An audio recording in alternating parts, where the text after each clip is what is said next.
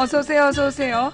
도봉구 창동 사는 불량주부 망치 부인이 운영하고 있는 생방송 시사 스타방에 오신 것을 환영합니다. 반갑습니다. 감사합니다. 어서오세요. 예. 어따 대고 침뱉어. 네, 그런 짓 하면 블랙 먹죠? 예.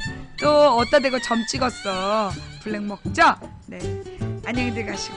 예, 어서오세요. 지금 이제 이 망치 부인의, 예, 이 망치 부인의 이 깜짝 나시를 보고, 굉장히 지금 격한 반응들을 보이고 계세요. 뭐, 미녀 방에는 다 이렇게 앞가슴까지 다 텄더만, 어깨 좀 드러낸 거 가지고 뭘 이렇게 격렬한, 난 미녀가 아니라서, 너 일로 와. 예. 후원해주신 여러분 대단히 감사드리고요.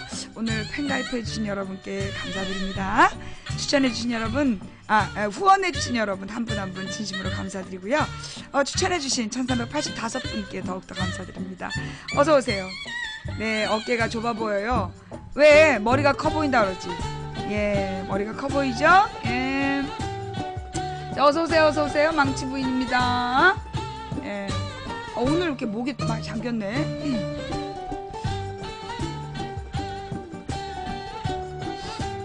어서오세요. 후원해주신 여러분, 나름 섹시 컨셉이신 분들. 섹시 컨셉 아니야! 솔직하게 얘기하면, 이 옷이, 우리 동생이, 우리 동생이 아기를 낳고, 살이 갑자기 쪄가지고, 입을 옷이 없을 때, 시장에서 샀다 그래요. 예, 그렇게 이제 시장에서 산 옷을, 우리 동생이 이제 몇 년 입다가, 지겹다. 그러고 버린 거예요. 한 2, 3년 만에. 근데 내가 이렇게 보니까, 그 감이 어찌나 좋은지 늘어나지도 않고 구겨지지도 않고 빨면 금방 마르고. 예. 그래서 갔다가 주워다가 입은 지 지금 한 17년 됐어요. 예. 주워다 입은 지 한 17년 돼가지고 아니 18년 됐나? 예. 그래가지고 이제 이 옷이 한 22년 됐어. 우리 조카가 지금 군대가 있거든. 22살? 예. 이건 알뜰하다기보다 나는 이렇게 사실 옷을 잘 못 사요. 옷 살 줄을 몰라. 그러니까 사봤자 번번이 실패하기 때문에 옷을 잘 안 사요. 그래서 이제 우리 언니가 샀는데 너무 커서 버린 옷. 뭐 아니면 내 동생이 입다가 지겨워서 버린 옷. 뭐 이런 걸 갖다 입어요. 그러면 거의 몇 년을 입어도 그 두 사람은 옷을 잘 사. 뭐 이렇게 질감이 그러니까 뭐 빨래 막 해도 된다든가 뭐 이런 거. 그런 거를 이제 사서 입기 때문에 주워다 입는 편이 훨씬 편하더라, 뭐, 이런 거죠. 예. 예. 우리 동생이 맨날 그래요. 밤에 꿈자리가 사납지 않냐 해서, 아니, 왜? 그러면, 옷장사 하다 망해 죽은 귀신들이 언니네 집 앞에 와서 목을 놓아 울 거다. 그러니까 거의 뭐 옷들이, 다 수십 년 된 옷들을 입고 있으니까, 내가 어느 날 20년 된 면티를 입고 있었더니 우리 동생이 들어오면서 쌍욕을 하는 거야. 20년이 더 됐었겠구나. 대학교 1학년 때 입던 티셔츠를 어느 날 입고 이제 문을 열어줬더니 막 보면서 쌍욕이 막 나오는 거야. 그걸 아직도 입고 싶냐? 막 이러면서. 아니, 멀쩡하면 입는 거지 뭐 뚫어지지도 않고 뭐. 예. 뚫어지지 않으면 입는 거지 무슨. 예. 유행이 지나갔다 뭐 이러면서 옷 안 입는 사람들, 유행은 창조하는 거야. 솔직히 얘기해서 말이에요. 겉에 입는 게 뭐 그렇게 중요하겠어. 겉에 입는 건 중요하다고 생각 안 해요. 뭐 겉에 입는 거나 들고 다니는 거, 뭐 타고 다니는 차 이런 거 난 하나도 중요하다고 생각 안 해. 중요한 건 속사람이죠. 겉사람이 중요하다는 생각 안 합니다. 예. 그래서 저는 늘 이 내면의 어떤 아름다움, 내면의 성숙에 신경 쓰다 보니까 겉은 늘 좀 대충 그래. 근데 요즘에는 우리 딸이랑 우리 동생이 나랑 안 다닐라 그래. 내가 이제 얼마 전에 레드페이스를 갔더니 3만원짜리 스포츠 샌들을 파는 거야. 등산 샌들. 그러니까 이제 원래는 내가 이제 마트에서 산 샌들을 한 6년 신었어. 근데 마트에서 산 스포츠 샌들 한 6년을 신었더니, 그때 그래도 살 때 꽤 비싸게 주고 샀어. 27,000원인가? 근데 이제 이게 오래되니까, 고무가 녹아. 그런 거 알아요? 그 샌들 바닥이 녹아가지고 쪼개지더라고. 그래가지고 이제 바닥이 막 패이니까 우리 막 주변 저기 뭐야 식구들이 보고 기겁을 하는 거야. 이게 무슨 일이냐고. 그래갖고 이제 내가 어쩔 수 없이 그 삭은 스포츠 샌들을 버리고 새로운 아이템을 사야 되겠다 그래갖고 이제 도봉산 입구를 갔잖아. 도봉산 입구를 싹 돌았어. 거기 등산 매장 되게 많거든. 등산용품 매장이. 그래갖고 다 돌아가지고 보니까 레드페이스 상설 할인 매장이 있어. 그래서 이제 거기에서 3만원짜리 3만원짜리 스포츠 샌들을 샀는데 와 이게 진짜 좋아. 진짜 보여줘야 돼 이거.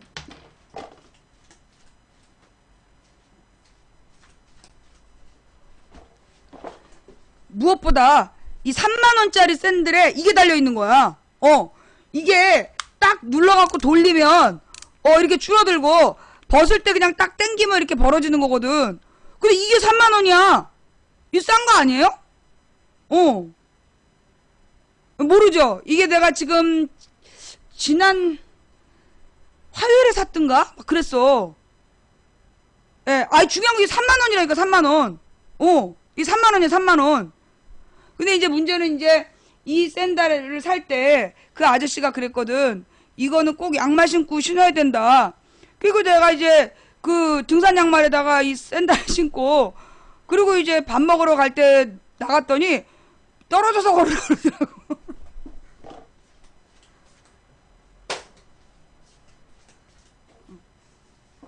우리 동생이 내가 이제 반바지에 이게 또 이 여름은 빨간색이 죽여주잖아.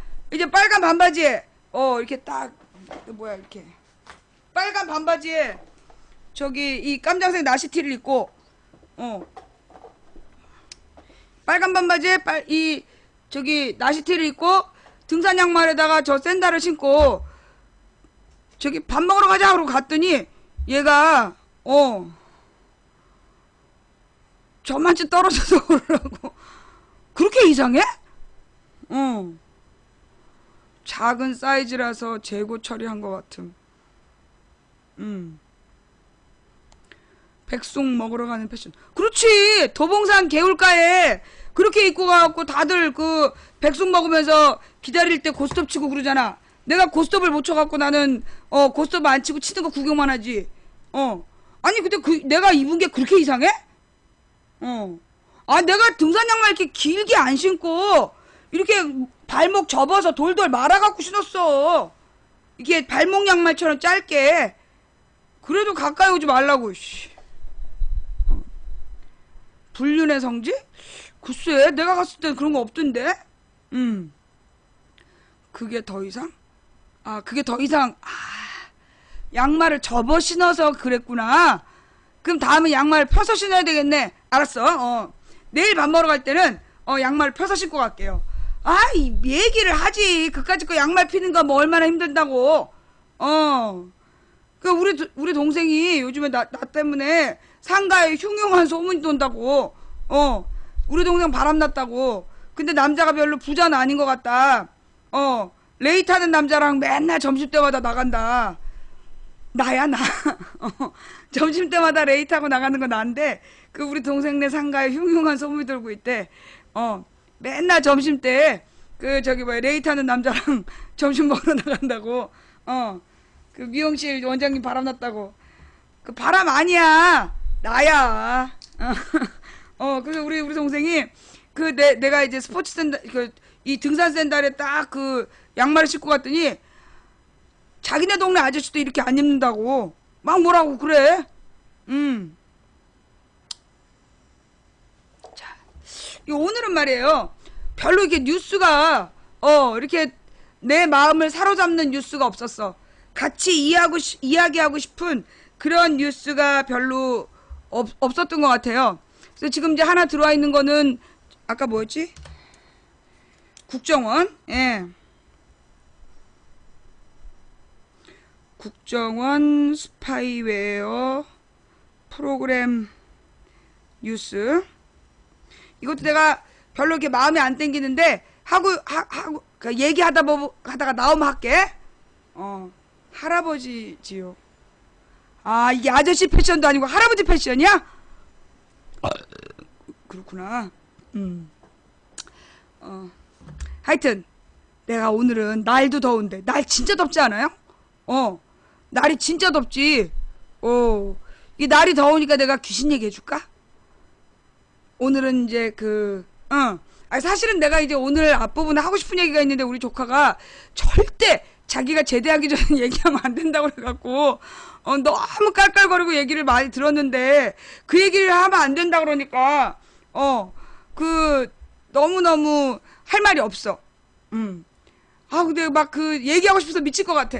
우리 조카가 정말 군 생활을 잘하는 것 같아요. 아니 근데 무슨 군인이 이제 휴가를 나왔는데 위에 장교들이 애를 찾아. 휴가 나온 애한테 페이스북으로 너 언제 들어오냐고. 네가 없으니까 부대가 텅 빈 것 같다 이러면서 빨리 들어오라고. 근데 이제 저 장교들이 맨날 얘가 이제 사고를 치니까 맨날 장난을 치니까 맨날 감시하는 장교래. 근데 이 감시하는 장교가 심심하다고 빨리 들어오라고. 원래 그래요? 그리고 막 친구들도 훈련이 하나도 재미가 없었다 그러고 훈련할 때 우리 조카랑 같은 텐트를 쳤던 그 장교가 상관이래? 장교는 아닌 것 같고 너가 없으니까 훈련이 훈련 같지를 않더라 막 이러면서 막 난리가 났대요. 빨리 들어오라고. 원래 그래요. 아니 그러니까 이제 뭐라 그러나 우리 조카가 좀 사회성이 있는 편이야. 그래서 초등학교 때부터 이렇게 친구들이 많았어. 근데 이제 친구들이 많다 보니까 이렇게 이 동북 지역에 있는 친구들하고 두루두루 사귀더라고. 그래갖고 이제 여름에는 다 같이 이제 이 학생들이 이용할 젊은 청소년들이 이용할 수 있는 교통수단이 뭐 있겠어. 그게 이제 바이크 타고 뭐 한강변을 달렸다고도 하고 좀 그랬어. 그러니까 이제 고등학교도 이제 다니다 말고 검정고시 보고 뭐 이제 그런 삶을 살다 보니까 얘가 이제 사회성이 아주 좋아. 근데 이 얘기는 해도 되겠지? 자기네 내무반에 모 대학을 그러니까 꽤 유명한 대학을 다니는 학생이 있대. 근데 걔는 그 대학교 다닐 때 굉장히 고등학교 때 전교 3등 안에 항상 들었다는 거야. 그리고 이제 명문대를 가서 걔네 생활관에 같이 있는 거야. 근데 이제 우리 조카하고 같이 생활관에 있는 애들이 대부분 우리 조카랑 이제 비슷한 거야. 다 비슷한 수준이라서 이제 막 지네들끼리 야 저 단어가 뭐지? 저게 뭐지? 막 그러면서 뭐 테레비를 보다가 혹은 뭘 하다가 얘기가 나오면 우리 누구누구 오면 물어보자? 막 이러면서 기다린대. 그래갖고 와서 그 친구한테 물어보면 걔는 다 안 되는 거야. 그래서 걔는 똑똑한 놈이라고 딱 이름을 붙인 거야. 이제 얘네들이 같이 몰려다니는 친구가 12명인데 이 12명의 친구가 이제 뭔가 또 장난을 치려고 뭔가 설계를 하는 거야. 뭐 이렇게 해서 이제 뭐 하겠다 그래서 계획을 짠 다음에 우리 똑똑한 놈한테 점검을 받자. 그래서 가서 우리가 이렇게 하려고 그러는데 네 생각은 어때? 이렇게 물어본대. 그러면 걔가 야 이거는 여기서 걸릴 것 같은데 라고 그러면 야 일단 계획을 취소해.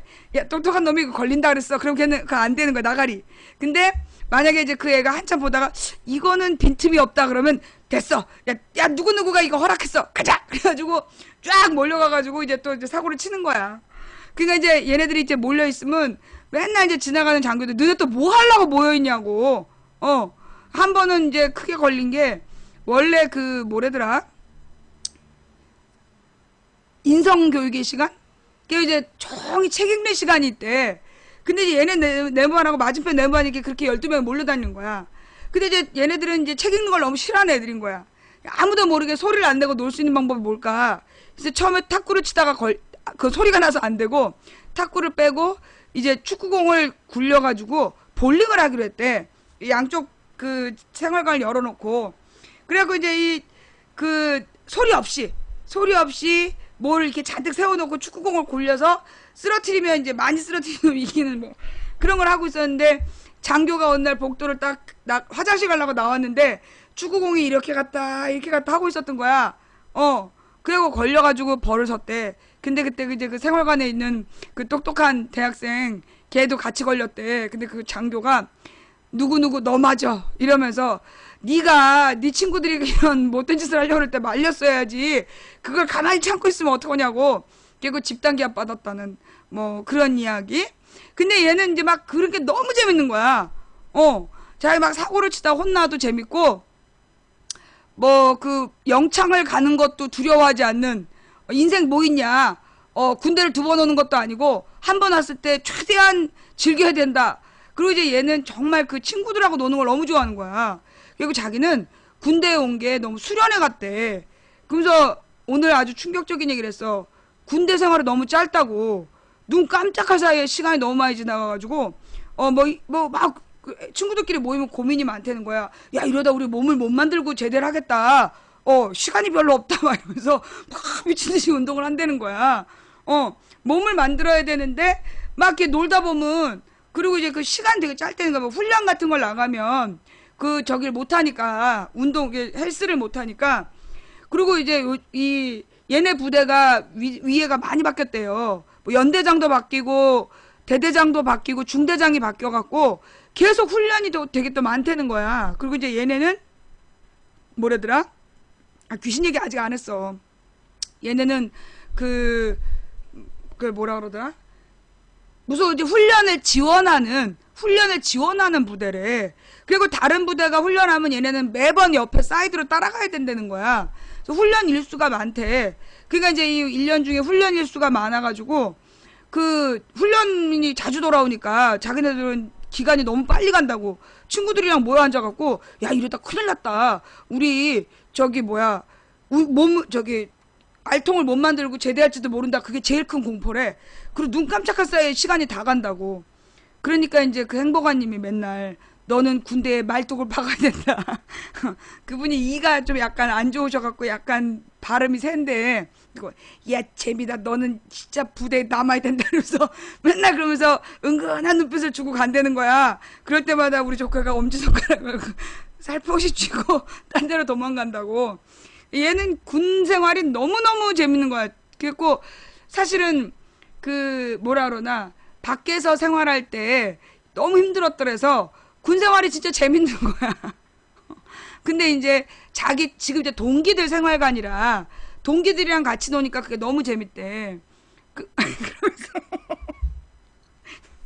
자기 동기들끼리 음모론자가 나왔대.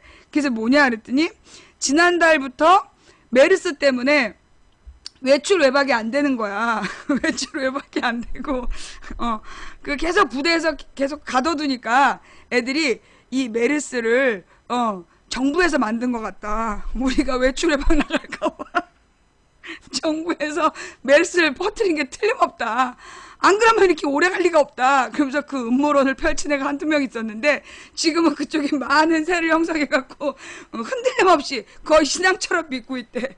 자기네들이 외출 외박 나가지 못하도록 메르스를 만들었다고. 그래서 걔네들하고 자기네들이 대화를 하려고 했는데 안 된대. 그러면서 우리처럼 몸을 그 다음에 또 하나. 그 대학교 다니다 오네. 걔는 얘네들이 이제 맨날 축구하러 가고 당구 치러 가고 막 놀다 비가 오거나 아무것도 할 게 없으면 텔레비를 본다는 거야. 근데 이제 저기 대학생은 맨날 책을 본대. 생활관에서 맨날 혼자서 책을 보고 아니면 TV를 본다는 거야. 근데 이제 어느 날 아침 드라마를 보고 있길래 얘네들이 못 보게 한 거야. 야, 무슨 군인이 아침 드라마를 보냐고. 못 보게 했대. 그때만 어느 날 그 싸지방에 가서 딱 봤더니 거기서 그 아침 드라마를 찾아보고 있더라는 거야. 그래가지고 이제 그 노는 친구들이, 야, 우리가 누구누구한테 맨날 도움을 받는데 싸지방에서 아침 드라마를 보게 하는 건 좀 그렇다. 그럼 우리 생활관 난 부끄러우니까 생활관에서 보게 하자 이런 거야. 그래서 이제 그 남자애가 폭풍의 언덕인가라는 그 아침 드라마를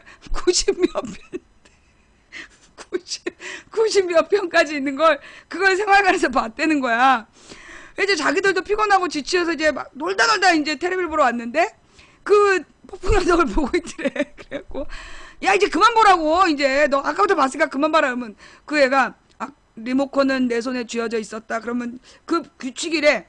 생활관에서 리모컨을 제일 먼저 준 애가 채널 선택권이 있대. 할 말이 없다는 거야. 그래서 억지로 그걸 이제 아침 드라마를 보면서 막 이 편 이것만 끝나면 돌려? 이거 이 편 끝나면 거기가 이제 그 다시 보기가 된대. 올레 TV. 그러니까 이 편이 끝나면 딴 거 보자라고 이제 막 그래 놓고 애들이 이제 다 보는 거야. 다 같이 보다가 왜 그런 드라마가 꼭 다음 장면이 궁금한 데서 끝나잖아. 그러면 이제 그 대학생이 다음 편 틀까? 그럼 드라마 그래가지고 또 다음 편 보고 결국 90분까지를 본 거야. 근데 이제 그 드라마가 이제 드디어 끝났다. 그래가지고 이제 얘가 야 드디어 끝났다고 드디어 끝났다고 애들이 이제 막 좋아했대. 근데 지금 다시 무슨 여왕이 있대.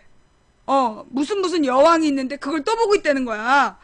그래서 그 아침 드라마의 문제가 막장 드라마이고 꼭 그 앞부분에 25분은 진짜 지겨운. 그래서 이제 그 드라마를 보면서 막 저런 년이 꼭 있어 말해서 군인들이 다 욕을 한다는 거야.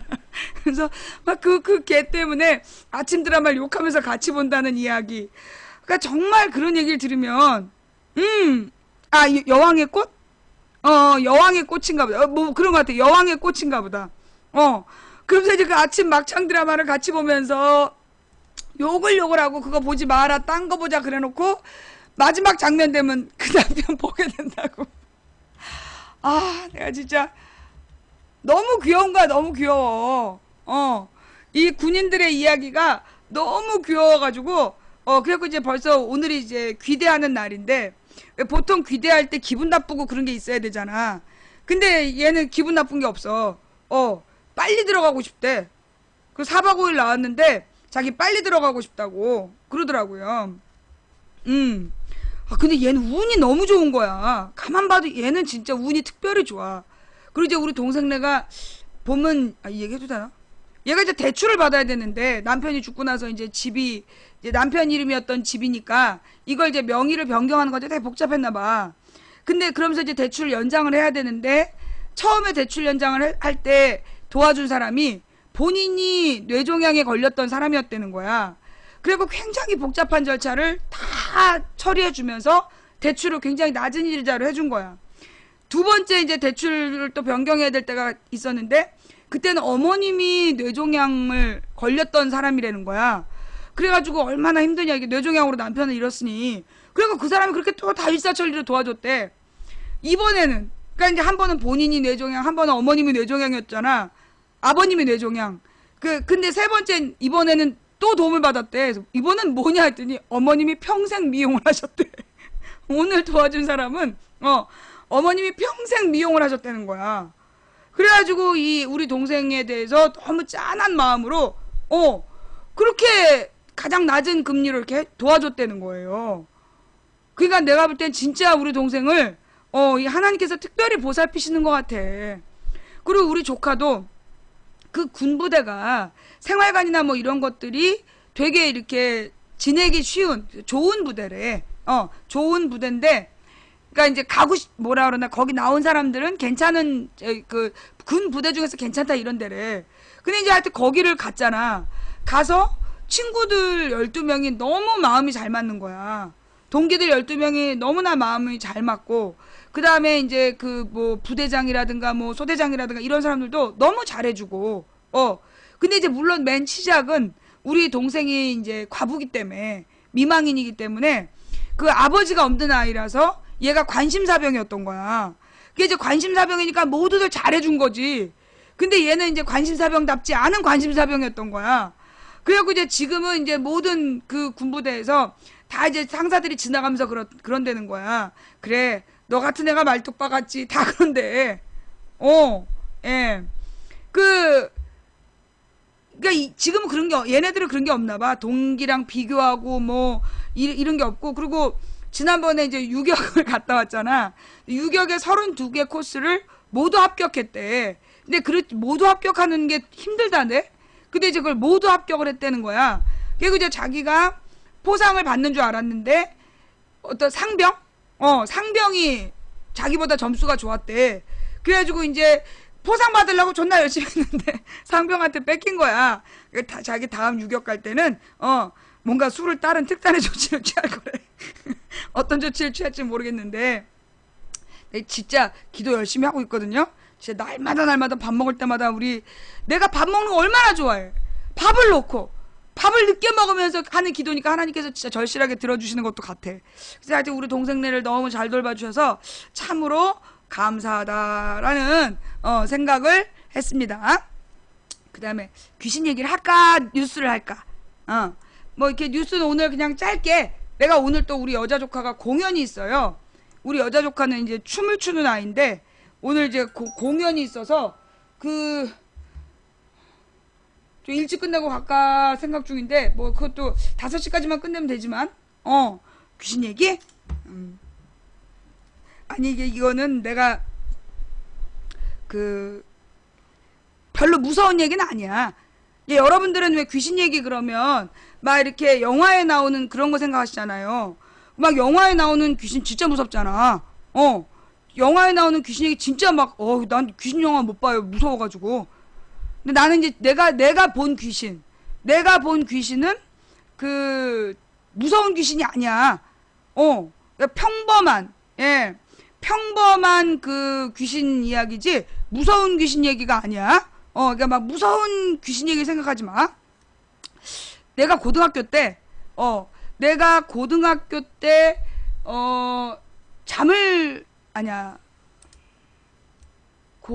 먼저 얘기부터 해야겠구나. 내가 고등학교 다닐 시절에는 매일 이제 우리가 일주일 동안 시험을 봤어. 월요일부터 금요일까지 5일 동안. 월요일부터 토요일까지였나? 월요일부터 토요일까지 6일 동안 시험을 보는데, 그 시험을 볼 때 금요일 밤이 되면 그러니까 이제 매일 꼴딱, 나는 이제 미리 공부하고 이런 게 없었어요. 미리 공부하거나 뭐 학교 끝나고 와서 야자하거나 이런 게 없었어. 나는 학교가 딱 끝나면 일찍 딱 집에 와서 충분히 자고 다음날 새벽 3시쯤에 일어나가지고 한 2시간 정도 가볍게 머리를 푼 다음에 5시에 다시 자서 이제 6시에 일어나고 학교 가고 그랬단 말이야. 근데 이제 그 시험 때만 나는 꼬박꼬박 밤을 샜어. 꼬박꼬박 밤을 새면서 금요일 밤이 되면, 그것도 금요일 밤 새벽 2시가 되면 이제 완전히 몸이 힘들어지는 상태잖아. 그러니까 컨디션이 막 되게 다운되는 그런 상태. 근데 옛날에 내가 살던 집이 요렇게 이제 이쪽은 이제 무슨 새를 주는 독채가 있고, 그 옆에 내 방이 있고, 내 방 옆에 목욕탕이 있고, 그 목욕탕 옆에 오빠방이 있고, 오빠방 옆에 부엌이 있고, 부엌 옆에 안방이 이렇게 있고, 여기가 이제 거실이야. 여기가 현관이고. 근데 새벽 2시에 내가 이제 내 방 문은 미닫이 문이라 미닫이 문을 이렇게 열어놓고 공부를 하고 있으면 마루에 불은 다 꺼놓고 우리 동생이 자야 되니까, 물론 우리 동생이 그때 중학생이었지. 고1 때 처음 그랬으니까. 동생 자는 방에 불 꺼놓고 딱 내 책상에다만 불 켜놓고 이제 공부를 이제 하고 있는데, 그 새벽 2시에 현관문이 벌컥 열려. 우리 오빠가 맨날 집에 잘 안 들어왔어. 이제 새벽 2시에 오빠가 들어오나 보다. 근데 이제 우리 집이 옛날 낡은 집이라 문을 열면 덜컹덜컹 소리가 나는 집이었다고. 근데 문을 이렇게 현관문을 덜컹 열고 들어와. 그런데 깜장색 고무신을 신고 이 목욕탕으로 들어가는 거야. 이게 어두우니까 옆눈으로 보이는데 깜장색 고무신을 신고 그 목욕탕으로 들어가는 거예요. 그 목욕탕 불 켜는 소리까지 나. 그리고 목욕탕 문을 열면 유리창이 소름 끼치네. 유리창이 막 흔들리는 그런 소리까지 다 나는 거야. 근데 이제 그걸 딱 보고 내가 열이 받았지. 이 인간이 술 처먹고 신발을 씻고 들어가는구나. 그래가지고 우리 오빠가 날 되게 무서워했어. 볼펜을 딱 놓고 이제 목욕탕 문을 딱 열었어. 틀림없이 불 켜고 들어갔는데 불이 꺼져 있는 거야. 그 안에 이렇게 불 켜고 들어가서 보니까 없어, 사람이. 그래갖고 이상하다 그러면서 이제 오빠 방 문을 딱 열어봤지. 없는 거야. 그래갖고 집이 좁으니까 뱅뱅 돌아도 없어. 그래서 내가 공부를 너무 많이 해갖고 헛것을 봤구나. 그리고 이제 잠이 들었어요. 이제 때려치고 잔 거여서 토요일 시험을 망쳤어. 그 다음 시험을 보는데 또 그러는 거야. 또 같은 시간이 되면 그렇게 현관문이 벌컥 열리고 목욕탕 문이 벌컥 열리면서 누가 들어가는 거야. 검정색 고무신을 신고. 근데 나는 늘 고개를 숙이고 있으니까 나는 이제 가슴 밑으로만 보이는 거야. 고등학교인데 무슨 국정원이야, 이 등신아. 그때는 안기부였어. 근데 고개를 이렇게 숙이고 있는데 이렇게 옆으로 들어가는 거야. 그래서 내가 한 2번인가 3번은 막 문 열고 쳐다보고 그랬어. 찾아보고. 근데 이제 아니잖아. 그래갖고 이제 그다음부터는 딱 현관문이 열리면 아, 또 왔구나. 이제 잘 때가 됐어. 그래서 뭐 이게 뭐 들어가거나 말거나 신경 안 쓰고 이제 책상을 책을 덮는 거야. 그래. 공부 많이 했어. 토요일은 어차피 이제 끝난 거야. 다 접고 이제 그 목욕탕 문 열어보지도 않고 그냥 자는 거야. 그렇게 이제 제가 귀신 얘기 하는 중이야. 그렇게 잤어요. 그렇게 2번인가 했어. 2년 동안을 그랬어, 내가. 2년 동안을. 근데 어느 날 우리 아는 사람한테 누가 우리 집에 귀신 보는 사람이 있다. 우리 집에 귀신 보는 사람이 있다 그러면서 기도를 해주겠다고 그랬다는 거야. 근데 첫 번째부터 내가 처음에 그걸 이상한 걸 보기 시작했을 때부터 그 사람이 내 아는 사람한테 계속 이 집에 귀신 보는 사람이 있으니 기도를 해주겠다고 그랬대. 근데 이제 무당을 하다가 그 귀신을 버리고 기독교인으로 이제 개종을 한 사람인데 그 사람이 이제 우리 집에 귀신이 붙었으니까 자기가 기도를 해주겠다 그랬다는 거야. 근데 이제 들은 척도 안 한 거지. 그리고 이제 2년이 지났는데 굉장히 상황이 심각해졌다. 그러니까는 꼭 기도를 해야 되겠다. 그래서 우리 집을 찾아온 거야. 나의 지인하고 그 사람이 그 무당했던 사람이 둘이 찾아오고, 그러니까 무당했다가 이제 목사님으로 변한 사람이야. 그 사람과 지인이 찾아오고 나랑 내 동생이랑 우리 엄마랑 또 한 명 있었던가? 그렇게 둥그렇게 둘러앉아서 얘기를 하기 시작한 거야. 얘기를 하면서 틀림없이 가족 중에 귀신을 보는 사람이 있다는 거야. 그게 내가 어이가 없잖아. 그래서 진짜 귀신은 나봐. 이러면서 내가 볼 때 네가 귀신이다. 그러면서 이제 고개를 숙이고 있었어. 근데 이 사람이 귀신은 영화 속에 나오는 것처럼 그렇게 무서운 모습이거나 특별한 모습이 아니다. 그러니까 평범한 모습으로 나타나기도 한다. 그리고 혹시 평범한 모습을 봤지만 특별한 경험을 한 적이 있느냐 이렇게 묻는 거야. 자, 시간 가는 줄 모르고 보는 방송 1위 빠바바바바바 아싸 이관왕이다. 그래가지고 내가 그랬지. 내가 귀신은 아니고 내가 한 2년 전부터 작년부터 내가 1년에 한 4번 본다. 1년에 한 4번 옆눈으로 이렇게 고개를 숙인 사람이 지나가는 걸 내가 본다. 그랬어. 그랬더니 한 이 사람이 딱 잡더니 그게 맞대는 거야. 그래서 아니 그건 귀신이 아니라고. 근데 그게 맞대. 그래서 집안에 또 한 사람이 그걸 보고 있다는 거야. 집안에 또 한 사람이 그걸 보고 있대. 그리고 내가 그게 말이 되냐고. 난 집안에서 보는 그때 우리 엄마가 그러는 거야. 귀신은 아닌데 우리 집 그 마루에다가 그 창 앞에 빨래거리를 널어놓고 빨래를 이렇게 널고 있으면 꼭 이제 그 거실 창밖에 담이 이렇게 있단 말이야. 마당 건너 담이 있는데 그 담 밖에서 어떤 사람이 이렇게 집안을 들여다본대. 그래서 우리 엄마가 딱 똑바로 쳐다보면 안 보이고 옆눈으로만 보인다는 거야. 야, 여기서 갑자기 누가 찾아왔어? 그러니까 이제 그 아저씨가 맞대는 거야. 그게 하나의 귀신을 둘이 따로 보고 있다는 거야. 나는 가슴 밑을, 우리 엄마는 가슴 위를 본 거지. 근데 내가 거기서 딱 그랬지. 엄마, 그 사람이 무슨 옷을 입었어? 그랬더니 우리 엄마가 검정 옷을 입었다는 거야.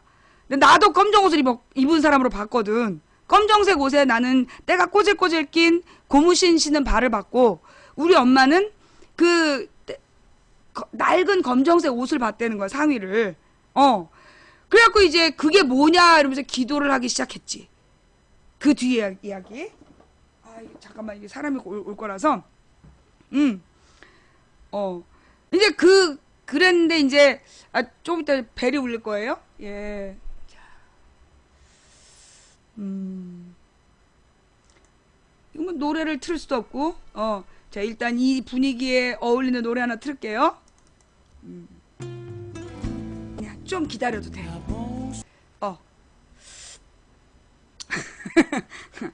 아니 근데 이제 그 아저씨가 기도를 하는 거야. 근데 이 아저씨가 말을 하기를 우리 그 엄마네 집안 쪽에 억울하게 죽은 사람이 있느냐는 거야.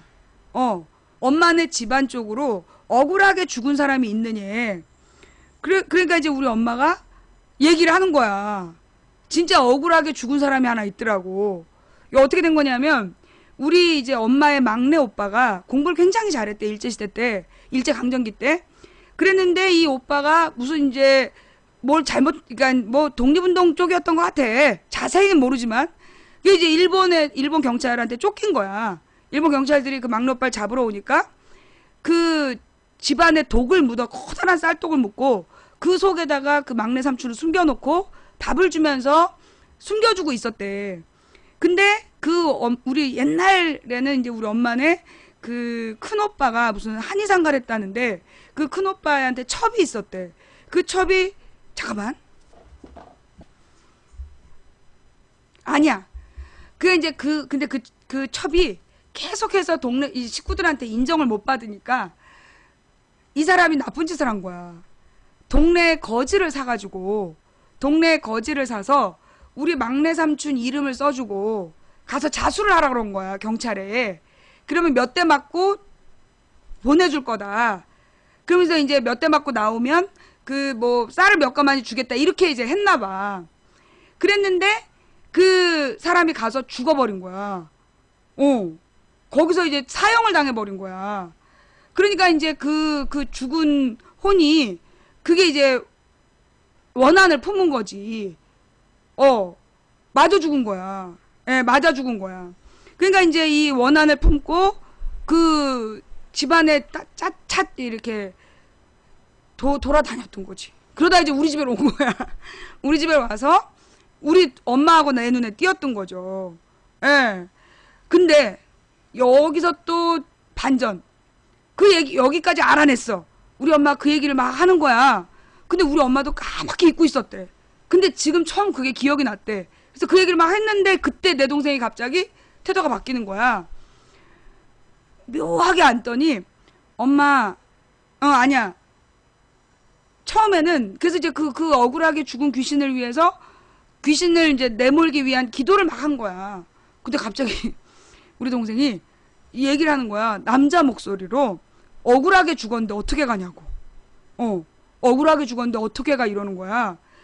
그 우리 엄마가 거기서 막 우리 동생을 때리면서 거기서 막 기도를 했어. 엄마가 막 열심히 기도를 했다.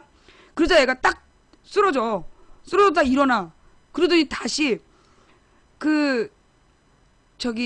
저 사람 불쌍해서 어떡하냐고. 그래서 1년에 딱 한 번씩만 밥을 한 공기만 떠주면 안 되겠냐는 거야. 그러니까 우리 엄마가 거기서 무슨 소리냐고, 어디서 귀신을 섬길 생각하냐면서 막 무섭게 기도를 했어요. 그리고 조금 있다 우리 동생은 기절을 했어. 기절을 해가지고 잠이 들었는데 걔는 그 부분을 지금도 기억을 못해. 그런 일이 있었다라는 걸 전혀 기억하지 못해. 그리고 근데 우리 동생이 기절하기 전에 마지막 뭐라 했냐면, 저 대추나무에 앉아있는 저 사람, 그래서 우리 집 마루에 대추나무가 있어, 마당에. 대추나무에 앉아있는 사람이, 저 사람이 불쌍하다고 그렇게 울다가 잠이 들었어, 애가. 근데 다음날 아침에 내가 학교 가려고, 다음날 아침에 내가 학교를 가려고, 이제 나한테 자전거를 타고 학교를 다녔거든. 자전거를 끌고 딱 나가려고 보는데, 대추나무가 새카맣게 타 있는 거야. 그 대추나무 옆에 있는 풀들은 살아있는데 대추나무만 시커멓게 타 있어. 탄 것처럼 죽어 있는 거야. 그래갖고 우리 엄마가 대추나무를 파서 버렸어. 파서 버렸는데, 그리고 아예 집을 때려부시고 다시 짓게, 아니야, 그건 나중이었구나. 하여튼 그 대추나무를 파다 버리고 거기를 메꿔버렸어요. 근데 누가 그러더만, 옛날 어른들은 집안에 대추나무를 안 심었다고. 집안에 대추나무를 심으면 그 대추나무가 귀신이 잘 탄대. 그래가지고 꼭 무슨 벼락 맞은 나무처럼 말라 죽어 있더라고. 거기 대추나무가 대추가 크게 열리는 대추나무였는데 그걸 버렸어. 그게 내가 처음으로 이상한 걸 보기 시작한 때야. 그 다음에는 언제였냐 하면, 그리고 나서 그 일을 겪고 얼마 안 된 그 겨울이었던 것 같아. 잠을 자고 있는데, 그만할까? 뉴스 할까? 잠시만, 지금 시간이 2시 49분? 아니, 조금 아까 뭐, 뉴스나 하자 뭐 이래가지고. 아니, 더우니까. 지금 한참 더울 때라. 하나만 더. 하여튼 내가 잠을 자고 있는데 그 미닫이 문에서 잠을 자고 있는데 우리 동생이 자꾸만 누가 자기를 쳐다본다는 거야. 잠자기 전에 자꾸만 자기를 쳐다본다 그러면서 자리를 바꿔달래갖고 걔를 이제 안쪽에다 재우고 내가 바깥쪽에서 잠을 잤어. 아니야. 하여튼 위치를 바꿔갖고 자고 있는데 그 잠을 자다가 내가 이렇게 눈을 딱 뭔가 시원한 느낌이 드는 거야. 눈을 딱 떴더니 그 미닫이 문이 이렇게 열려 있는 거야. 미닫이 문이 이렇게 열려 있는데 아 누구야 또 이렇게 겁내. 누군가가 겁을 내면 내가 막 소름이 끼치는데 눈을 딱 떴더니 어떤 여자가 왜 이렇게 사실은 이게 방문이면 굉장히 큰 거잖아. 2m가 넘는 거잖아. 그러니까 어떤 여자가 한복을 입고 서 있는데 그 이 미닫이 문이 열려 있는 그 높이에 꽉 차 있는 거야. 그러니까 얼굴이 거의 천장에 닿을 만큼 키가 큰 여자가 한복을 입고 서 있는데 얼굴부터 해갖고 치마 앞단까지 쫙 얼굴에는 이렇게 문신인 걸로 보여. 한문 같은 게 얼굴에 써 있고 그 같은 문자가 치마까지 쫙 내려져 있는 거야. 똑같은 문양이 이렇게 그 그려져 있는 여자가 나를 딱 내려다보고 있는 거야. 그 내가 그 여자를 딱 보고 한마디 했지. 야 이쁘다 야. 그래서 딱 봤는데 근데 눈이 커다랗고 코가 오똑한 게 한가인처럼 생겼어. 한가인처럼 예쁘게 생긴 얼굴의 여자가 한가인하고 한혜진 사이? 그게 날 쳐다보고 있으니까 그 당시에 이제 내가 동네 사람들이 전부 다 날 남자라고 생각했거든. 그 집에는 이제 아들 하나 딸 하나 있다 뭐 이런 상황이라 그 내가 이제 그 여자 귀신더러 야 예쁘게 생겼구나 그러면서 야 나 여자야 그랬어. 그랬더니 그 귀신이 그 깜장색 점처럼 확 터지는 거야. 깜장색 점처럼 확 터지면서 순간 사라지고 문은 이렇게 닫혀 있더라고. 그게 내가 그러니까 그게 내가 처음 봤던 건 귀신인 줄 모르고 겁도 안 냈고 두 번째는 이제 좀 더 직접적으로 찾아왔는데 야 이쁘게 생겼다 나 여자야 그랬더니 터져버렸어. 그러니까 이제 두 번을 그렇게 했지. 그 다음에 이제 세 번째부터는 내가 거의 추적하는 수준이었어. 어느 학원에서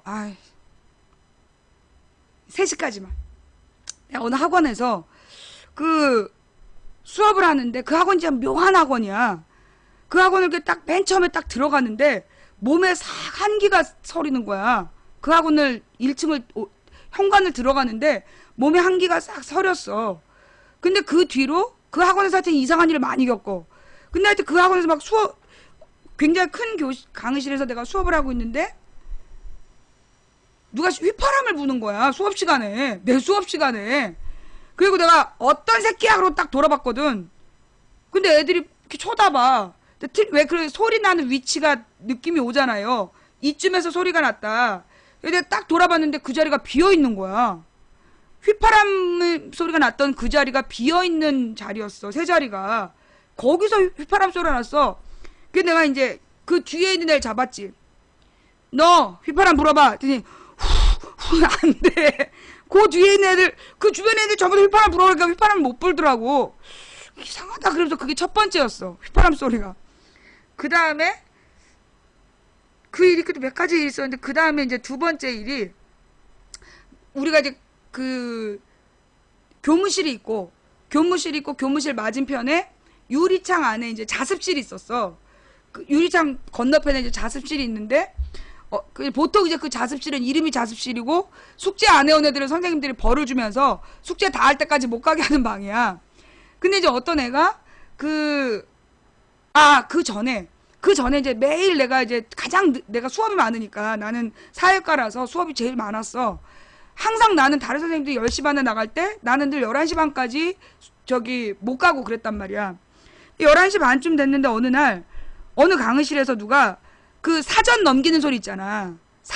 그러니까 지금 여러분은 잘 모르겠지만 옛날에 우리는 이제 얇은 종이로 된 사전을 썼어. 그 사전을 착착착착 넘기는 소리가 나. 시간이 11시 반인데.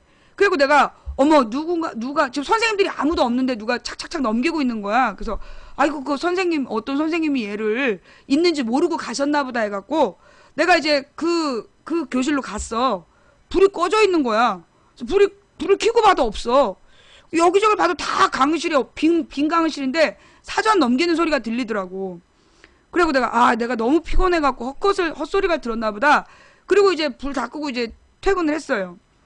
그리고 나서 얼마 뒤에 그 유리창 바깥에서 어떤 여자애가 막 혼자 울며 불며 숙제를 하고 있었어. 근데 그 여자애가 조금 있다가 막 우리 교무실로 뛰어들어오는 거야. 선생님, 자꾸만 저쪽 빈 강의실에서 책장 넘기는 소리가 난다고. 그 여자애가 키도 자그마한 여자였는데, 선생님 자꾸만 저 빈 강의실에서 책장 넘기는 소리가 나요. 그러면서 애가 막 울먹울먹 하는 거야. 근데 나는 그 소리를 들어서 알잖아. 그래갖고 내가 그 영어 선생님 사전을 딱 꺼내가지고 넘기면서 이 소리였지? 그랬더니 맞대는 거야. 그래서 선생님이 단어 찾아볼 게 있어서 찾아본 거야. 그러면서 미안해. 그러면서 이제 애를 진정을 시켜가지고 보냈어. 그 다음에 내가 딱 느낌을 받았지. 이거 귀신이다. 내 이놈 새끼를 오늘 요절을 내야겠다. 그리고 내가 첫 번째는 몰랐지만 두 번째는 확실하잖아. 그래가지고 어느 그 교실로 갔어. 그 교실로 이렇게 딱 가니 왠지 느낌이 저 휘어진 어떤 창고 쪽으로, 그러니까 휘어진 계단 쪽으로 가는 것 같아. 쫓아갔지. 쫓아갔더니 내가 막 계단으로 딱 나갔더니 왜 그 계단으로 향하는 문을 딱 열고 나갔을 때 계단이 보이고 계단에서 이렇게 딱 돌아서 다시 위층으로 올라가는 그런 구조였어. 근데 딱 다리가 왜 막 뛰어 올라가고, 그러니까 뒷다리, 그러니까 어떤 건지 알겠어? 내가 딱 봤을 때 요렇게 바지가 보이고 신발이 보이는 거야. 다리에 이제 한 반만 본 거지. 앞에 부분은 이제 위로 숨어버리고 그냥 냅딱 뛰어 올라갔어. 불 꺼진 계단을 불을 막 켜면서 막 따라 올라갔어. 딱 갔더니 그 학원에 망가진 책상들을 잔뜩 쌓아놓은 거야.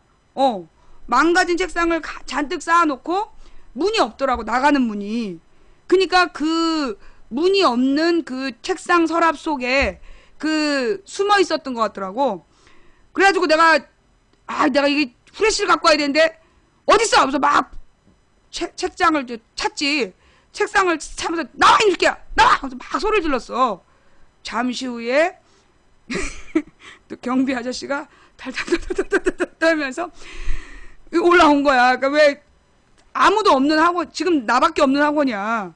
학원은 다 비고 나밖에 없는 학원에서 그 책상 모아놓은 옥상 창고에서 막 나와 이 새끼야 막 이러면서 막 욕을 하고 있으니까 이 경비 아저씨가 오긴 와야 되겠고, 그러니까 그 계단에 후레쉬 불빛이 번쩍번쩍 그러니까 떠느라고 번쩍번쩍으로 올라오더라고. 그리고 선생님 무슨 일 올라오는 거야. 근데 나이도 꽤 드신 아저씨였는데 아유 죄송하다고. 제가 혼잣말했다고. 전화하고 열받아가지고 저 혼자서 욕한 거라고. 그리고 내가 이제 그 아저씨를 다독거리면서 나왔었어. 내가 그 학원에서, 그리고 뭔가 마지막 얘기가 있었는데 그게 기억이 안 나네. 그 학원 시리즈가 4편이거든? 그 4번째 무슨 얘기가 있는데 그게 기억이 안 나. 그러면서 내가 이제 그 경비 아저씨한테 이렇게 하면서 얼마 뒤에 내가 그 학원을 떠났어요. 그래서 그 뒤로도 나는 뭔가 이렇게, 이거 옛날에 내가 무당이 될 팔자라고 그래가지고 우리 엄마 교회 다녔다 그랬잖아. 근데 이게 소위 이제 우리 딸 셋이 다 그래. 우리 딸 셋이 다 느낌이 있는 거야. 우리 동생 같은 경우에는 그 무당하는 사람들이 와갖고 기가 눌리는 거야. 그 귀신 모시는 사람들이 와서 우리 동생을 보면 막 눈빛을 피하고 막 그러는 거지. 근데 이제 우리는 워낙 어렸을 때부터 우리 엄마가 기도를 세게 해갖고 소위 이제 귀신이 틈을 탈 수 있는 틈을 안 주고 우리 엄마가 돌아가실 때까지 기도를 하셨기 때문에 이 하나님의 말씀으로 우리를 보호하고 가신 거지. 그러니까 이제 함부로 귀신이 들어오진 못하지만 우리가 뭘 보냐? 귀신 붙은 사람을 알아봐. 귀신 붙은 사람을 알아보는 거야. 그리고 저거는 악령에 매여 있구나. 또는 이제 귀신에 매여 있구나. 그게 딱 보여. 그러면 이제 그걸 위해서 이제 기도를 하면, 그렇게 귀신 붙은 사람하고 기도를 하잖아요. 그러면 어떤 일이 벌어지냐? 토를 해. 귀신이 붙어 있던 사람한테 귀신이 나가면 토를 하면서 나가. 그 귀신 붙은 사람이 막 토를 하면서 그런 걸 여러 번 내가 했다는 게 아니라 봤지. 내가 이제 본 적이 있어, 본 적이? 그거는 이제 저기 그쪽 그게 맞는지 모르겠어. 하여튼 나는 그런 경험이 있더라 이런 얘기죠.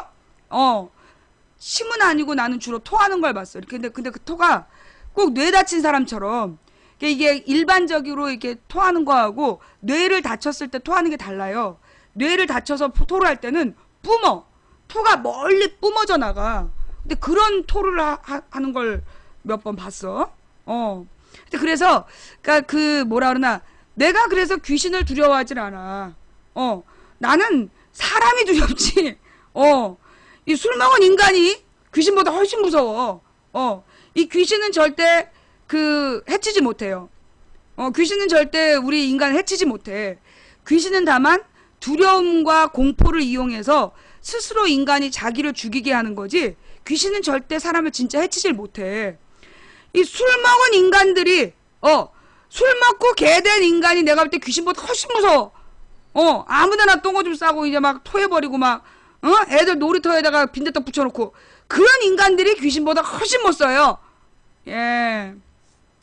자, 그래서, 어때? 좀 더위가 가시지 않았어요? 예. 자.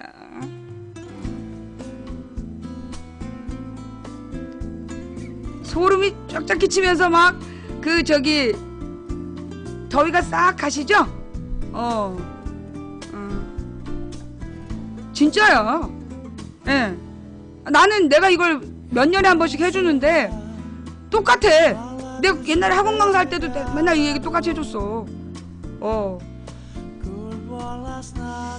언제부터였는지 모르겠는데,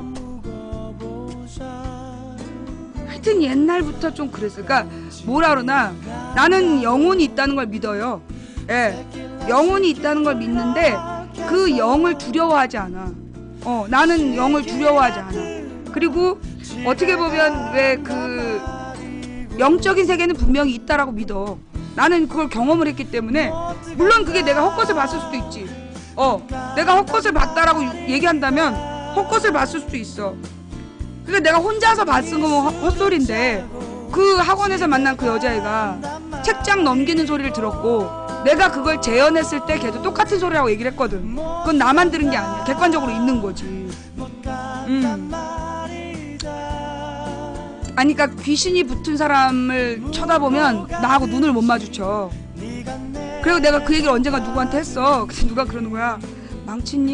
망치님은요, 귀신 안 붙은 사람도 똑바로 망치님 눈 보기가 어려워요. 근데 내가 뭐가 있냐, 이 새끼가 사기꾼이다 아니다, 어떤 나쁜 마음을 품고 있는 사람은 보여. 그 나쁜 마음을 품고 있고 뭔가 정직하지 않고 속이는 게 있는 사람은 딱 보이거든. 그래갖고 내가 나랑 눈을 못 마주치는 놈들이 있지. 그러면서 이제 그 놈들은 뭔가 딱 부리다를 때 누가 막, 아니에요, 망치님 눈은 똑바로 쳐다보기가 겁나요.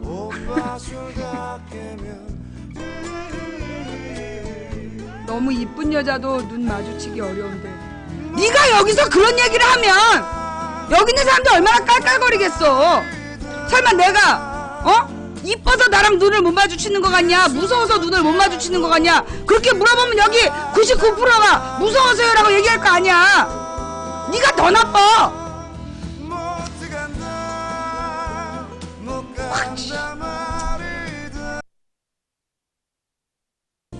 주로 내가 이런 얘기를 언제 해줬냐, 학원 강사할 때 애들이 여름에 그 좁은 공간 안에서 여름방학에 수업은 들어야 되고, 선생님 더워요, 에어컨을 틀어도 덥다고 그랬어. 그럼 이제 내가 그 애들에게, 좋아, 너희들의 더위를 한 큐에 날려주마. 그래서 썰을 쫙 풀면 애들이 벌벌벌 떨면서, 선생님 에어컨 꺼주세요. 그랬었다는.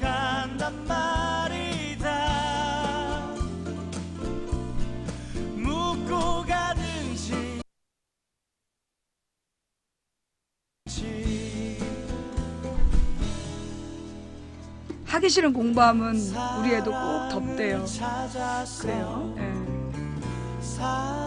오늘이 폭염주의보래요. 예. 자, 여러분 다시 한번 그 더위를 참는 법. 일단 내가 볼 때 이제 뭐 여러분들이 여러 가지 뭐 방법을 다 쓰겠지만 제가 사용하는 방법은 그 요즘에 마트 같은 데 보면 이런 거 많이 팔잖아요. 이 냉매 아니 그 뭐지? 아이스박스용 냉매를 팔아요. 이 냉매가 이제 48시간에서 72시간 간다는 거 아니야. 이거를 얼려가지고, 예, 이걸 얼려서 이렇게 마른 수건에다 싸요. 예, 이게 마른 수건에다 싸가지고,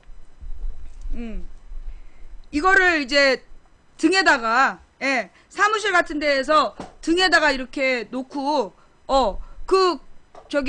기대고 하면요, 예, 기대고 있으면 진짜 시원해. 예, 여기 진짜 시원해. 그거 굉장히 시원해. 이거 매우 매우 시원하다는 거. 그 다음에 이렇게, 이런 게 아깝다 싶으시면, 왜, PT병 있잖아요. 사이다병, 콜라병 이런 거. 그런 이제 1.5리터나 2리터짜리 물병에다가 물을 이제 한 80% 정도만 얼려. 80% 정도만 얼려서 그거를 꽁꽁 얼린 다음에 그걸 자기 전에 잠 못 잘 때 있잖아요. 그럴 때 그걸 또 마른 수건에다 말아가지고 안고 자면 진짜 시원해.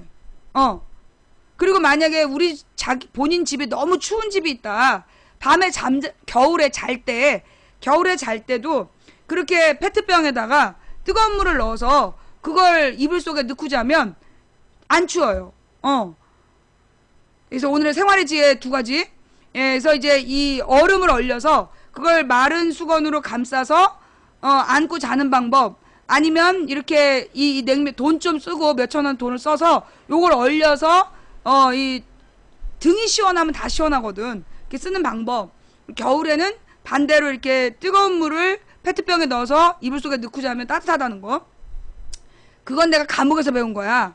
감옥에서 이제 워낙 춥기 때문에 그 담요를 한 자락 깔고 한 자락 덮고 자는데, 그리고 한 사람이 누울 수 있는 공간이 한 80cm밖에 안 돼요. 3명이 같은 공간에 있는데 2m? 2.1m 정도밖에 안 돼. 사람이 그래 2m도 안 될 것 같아. 하여튼 그렇게 되게 좁은 곳에 3명이 누워 자야 된단 말이야.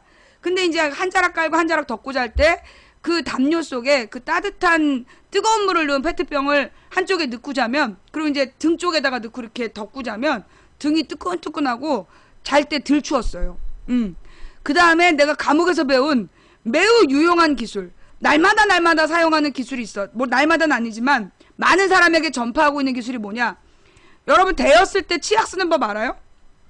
데였을 때 치약 쓰는 법. 가령 이제 뜨거운 물이 손에 왜 잘못해갖고 뜨거운 물이 묻었다. 그럴 때 보통 이렇게 차가운 물에 담그잖아요. 근데 이제 일단 차가운 물에다가 열을 빼고 한 사람이 막 열을 빼고 있을 때 치약 있잖아, 치약을 사가지고 뜨거운 물이 닿은 데를 다 바르는 거야. 뜨거운 물이 닿았던 부분을 다 발라. 꼼꼼하게 다 발라. 그리고 그 치약이 하얗게 굳을 때까지 30-40분을 기다려요. 한 30-40분 동안 치약이 하얗게 굳으면 그 다음에 씻어내보세요. 그러면 수포가 안 생겨. 펄펄 끓는 물이 닿아도 그 빨리 찬물로 씻어낸 다음에 거기다가 치약을 발라두잖아. 그러면 이 치약에 왜 그 화한 성분 있잖아요. 그게 열을 뺏어요. 하나도 안 아파. 내가 해봤어. 하나도 안 아파. 뜨거운 물에 디거나 이랬을 때 기름은 모르겠어요. 근데 이게 어디서 나온 거냐면, 이것도 감옥에서 배운 건데, 요리사들, 뜨거운 기름을 만지는 요리사들이 항상 주방에 치약을 놓는다는 거야. 그 이유가 기름 같은 게 탁 튀어갖고 디면 그걸 그냥 두면 수포가 생기잖아. 그럴 때 그냥 치약을 싹싹 바른다는 거야. 그래서 그게 감옥 안에서 상식적으로 나와 있는 거예요. 예. 감옥이나 군대나 비슷한 거야. 그런 정보는. 예. 그래서 여러분 진짜 어딜 가서든지, 특히 왜 차 마시다가, 차 따르다가 딴 생각하고 손에다 물 붓는 사람 많아. 그 다음에 이제 뭐 뜨거운 차를 옮기다가 물이 없는다든가, 뒤있는 사람들이 많단 말이에요. 예. 그럴 때 치약을 써보세요.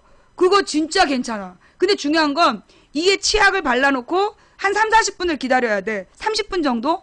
30분 정도 이게 완전히 꼬들꼬들 굳을 때까지 기다려야 이게 그 열기가 빠져. 근데 대부분 막 이래도 되나 싶어갖고 빨리 씻어버린단 말이야.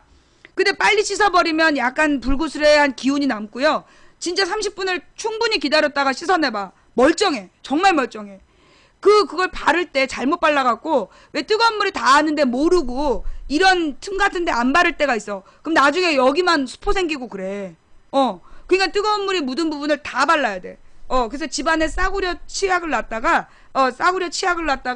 그걸로 이렇게 데이거나 이럴 때 발라주면 좋아요. 이게 이제 감옥에서는 굉장히 유용한 정보야. 이 뜨거운 물을 하루에 조금씩 받아서 그걸로 식수를 한단 말이야.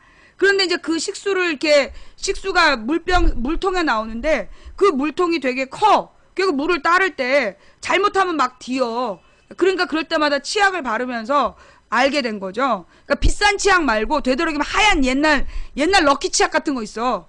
이게 하얀색으로 그냥 나오는 거. 하얀 불소 치약. 그게 아주 효과적이에요. 예.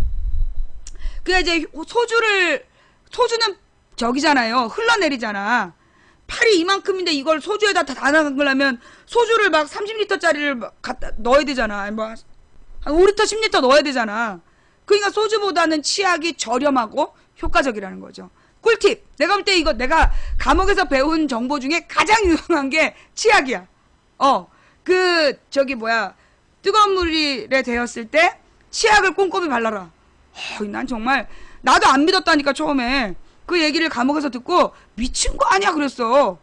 아니 무슨 D인데다 치약을 바르느냐고. 미친 여자들이라고 그랬어 처음에. 근데 내가 감옥에서 나와서 데웠는데 급하게 없으니까 치약을 확 발랐더니 어머 신기하게도 수포가 안 생기더라고. 군대에서도 치약을 많이 쓴다면서요. 그리고 나는 이제 치약을 어디다 쓰느냐, 슬리퍼 같은 거, 왜 요즘은 이제 통으로 된 슬리퍼들을 많이 팔잖아요. 근데 이 슬리퍼들이 왜 켜켜이 때가 껴. 때가 끼면 칫솔에다가 치약을, 안 쓰는 칫솔에다가, 쓰는 칫솔 말고 안 쓰는 칫솔에다가 치약을 묻혀서 닦아봐. 짱이야. 여름에 이제 여름용 슬리퍼들이 때 꼈을 때 칫솔로 싹 문대어서 헹구면 금방이야. 아주 좋아. 그거 아주, 내가 이 치약에 대해서, 나는 군대를 갔어야 돼. 나는 진짜 군대를 갔어야 됐다니까. 군대를 못 가갖고 내가 이런 꿀팁을 감옥 가서 배운 거 아니야. 아유, 빨갱이가 여기 어딨어. 지금 빨갱이 딸이 대통령 하고 있는 나라에서. 아직까지도 정신을 못 차리고 지랄이야. 너네 안방 가봐. 엄마가 너 때문에 토해놓은 토한 거나 치워. 망치 부인님 죄송합니다. 제가 저 새끼 낳고 먹은 미역국 토해놨어요. 방에 닦고 시켜. 자, 치약 만능설. 만능은 아니고! 자, 여러분, 이게 무슨 얘기일까요? 국정원 스파이웨어 보도, 증거 나왔다. 이탈리아 해킹팀 자료 유출. 2012년부터 한국 5163 부대에 10억 지급. 예. 이게 뭔 얘기일까요? 예. 해킹당한 이탈리아 감청 솔루션 업체 내부 문서에 국가정보원이 이 업체의 스파이웨어를 구입한 내역이 나왔다. 지난 3월 오마이뉴스가 한 보도가 사실로 확인된 셈이다. 오마이뉴스는 이 업체를 연구하는 캐나다의 토론토 대학 시티즌랩의 빌 마크잭 연구원과 한 인터뷰에서 한국을 포함한 21개 국가에서 해킹팀의 스파이웨어를 구입한 흔적을 찾았다는 내용을 보도한 바 있다. 언론인 운동가 해킹 프로그램 한국 정부도 사용한 정황이 있다라는 기사가 있었는데요. 이탈리아의 웹 모바일 감시용 스파이웨어 솔루션 개발업체인 해킹팀이 해킹을 당해 사내 자료가 대량 유출됐다. 유출된 고객 명단엔 미국의 FBI, 그리고 DEA, 이탈리아의 경찰 등 정부기관 등 수십 개의 정부기관과 민간 기업들이 올라있다. 이 중엔 사우스코리아, 즉 한국의 더 5163 아미 디비전 더 GOV 오브 ROK도 고객 명단에 올라있다. 리퍼블릭 오브 코리아 이거죠? 자, 직역하면 한국 정부의 육군 5163 부대인 이 고객은 국가정보원으로 보인다. 고객 주소가 서울 서초우체국 사서함 200으로 돼 있는데 이는 국정원이 민원창구 접수처로 아이고 진짜.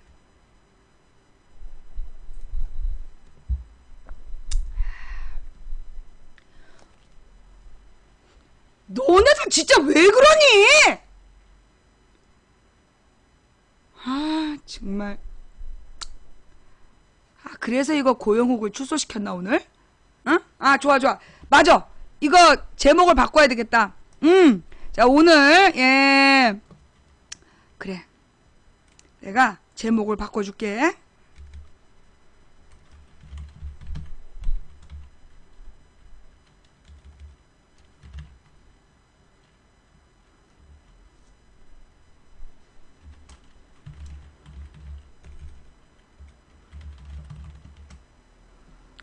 이게 될까? 제목에? 오케이 적용됐어. 전자발찌의 효과는? 이라고 제목을 바꿨어요. 예 오늘도 이 고영욱을 팔고 다니는 어린 벗들 그 벗들에게 핫한 핫한 제목 하나 던졌어요. 예 전자발 땡의 효과는? 예 가만있어 봐. 한 글자가 잘 안 보이겠다.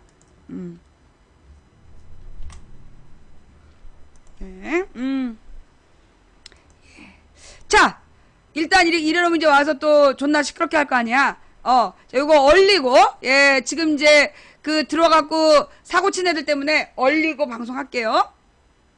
직역하면 한국정부 육군 5163 부대인 이 고객은 국가정보원으로 보인다. 고객 주소가 지금 그 전자발찌 얘기는 조금 이따 하자고. 기다려봐봐. 고객 주소가 서울 서초우체국 사서함 200으로 돼 있는데 이는 국정원이 민원창구 접수처로 공개한 주소와 동일하기 때문이다. 또 5163 부대는 국정원이 대외용 위장 명칭으로 사용하는 이름 중 하나로 알려져 있다. 어머 딱 걸렸네. 딱 걸렸어. 에? 아니 그러니까 지금 국정원에서 이 스파이웨어라는 게 뭐냐 하면 해킹 툴이잖아. 그래서 가령 이제 그 컴퓨터라든가 모바일 폰에 이 스파이웨어를 심어서 정보를 빼가는 그런 이제 해킹 도구인데 이거를 지금 해킹팀으로부터 샀다는 증거가 지금 나온 거예요. 이 그러니까 이 이탈리아의 해킹팀이라는 업체가 해킹을 당해갖고 내부 정보가 다 뚫렸는데 거기에 고객 명단이 나온 거야. 그 고객 명단에 보면 뭐 미국의 FBI, DEA, 이탈리아의 경찰 정부, 그 다음에 우리나라 5163 부대도 있더라. 이 우리나라 한국의 육군 5163 부대는 국가정보원으로 보인다. 그 근거가 뭐냐면 고객 주소가 서울 서초우체국 사서함 200으로 돼 있는데 이는 국정원이 민원창구 접수처로 공개한 주소와 동일하기 때문이다. 또 5163 부대는 국정원이 대외용 위장 명칭으로 사용하는 이름 중에 하나로 알려져 있다. 유출된 자료 중 일부인 이 회사의 고객 데이터 카드는 매출 전표와 비슷한 내용을 담고 있다. 해킹팀은 5163 부대와 총 6번 거래에 70만 1,400유로의 매출을 올린 것으로 나타났고 내역은 다음과 같아. 2012년 2월 6일, 2012년 7월 10일, 2013년 2월 7일, 2014년 2월 20일, 2014년 11월 5일, 2015년 1월 28일에 각각 5억 8,400, 8,325, 6,005만원, 1억 1,190만원, 1억 786만원, 8,496만원, 작게는 8천만원부터 크게는 5억 8천만원까지. 이 거래는 한국의 나나테크라는 업체가 중개한 것으로 매출 중 일정액을 커미션으로 지급해야 된다는 내용도 포함되어 있다. 해킹팀이 판매하고 유지 보수 등의 서비스를 제공한 RCS는 사용자 몰래 PC와 스마트폰 등에 침투해 이용 내용을 감시자에게 전송하는 스파이웨어의 형태로 감청 용도의 소프트웨어다. 해킹팀이 만든 홍보자료에 따르면 5163 부대가 구입한 스파이웨어 RCS 다빈치는 이것이 설치된 PC와 모바일의 웹브라우징 내역, 현재 위치는 물론 암호화된 파일과 이메일도 감시자가 들여다볼 수 있게 한다. 또 스카이프와 같은 VoIP 통화, 채팅 메신저 내용, 웹캠, 스마트폰의 카메라와 마이크 앱에 잡히는 영상과 소리까지 감시자에게 전달한다.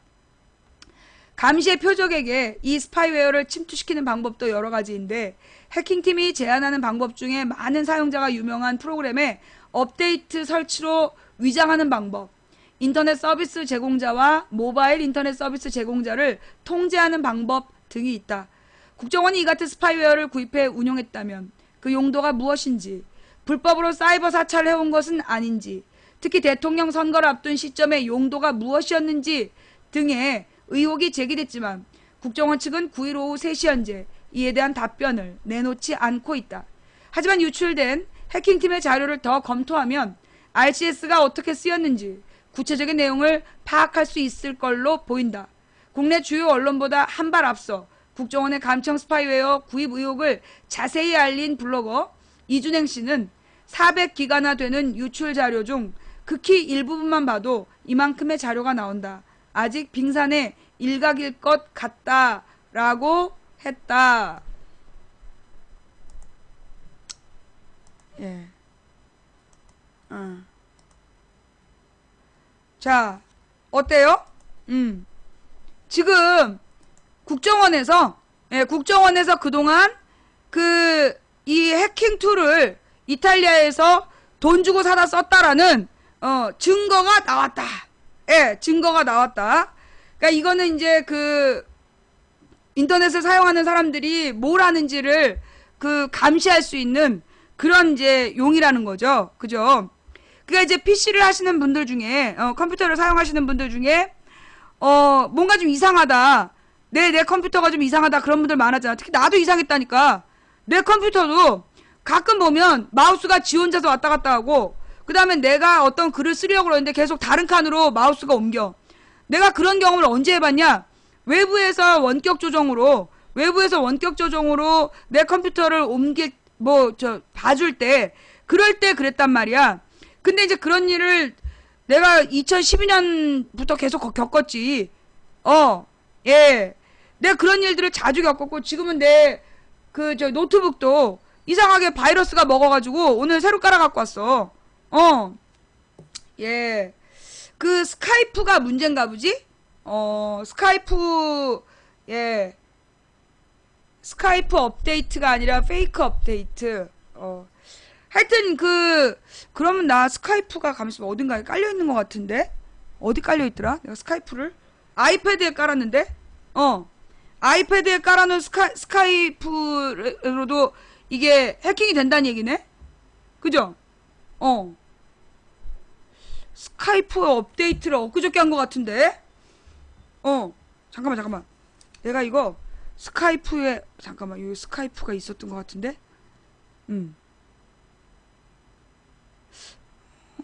맞아, 나 스카이프가 없는데 왜 스카이프 업데이트라고 떴지? 잠깐만. 업데이트. 어디 갔어? 앱스토어로 가서, 앱스토어에서 내가 스카이프가 없단 말이야. 나 아까 내가 틀림없이 나도 저 스카이프 업데이트를 봤는데 어떻게 된 거지?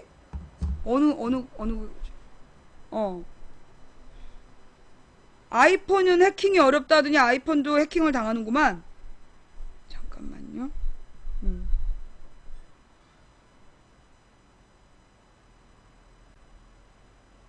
그래, 내가 스카이프를 깔아놓은 적이 없는데 조금 아까 스카이프 업데이트라고 뜨더라고. 어떻게 된 거지?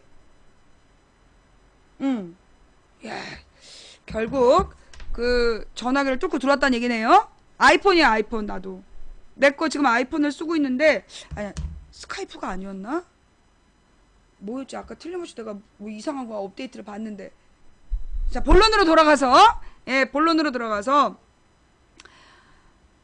여러분 아이폰은 안전할 것 같잖아요. 그죠? 자, 오늘은 내가 아이폰 얘기도 잠깐 또 해드릴게요. 예. 일단 기본적으로 우리나라 전화기는, 우리는 안드로이드 있잖아.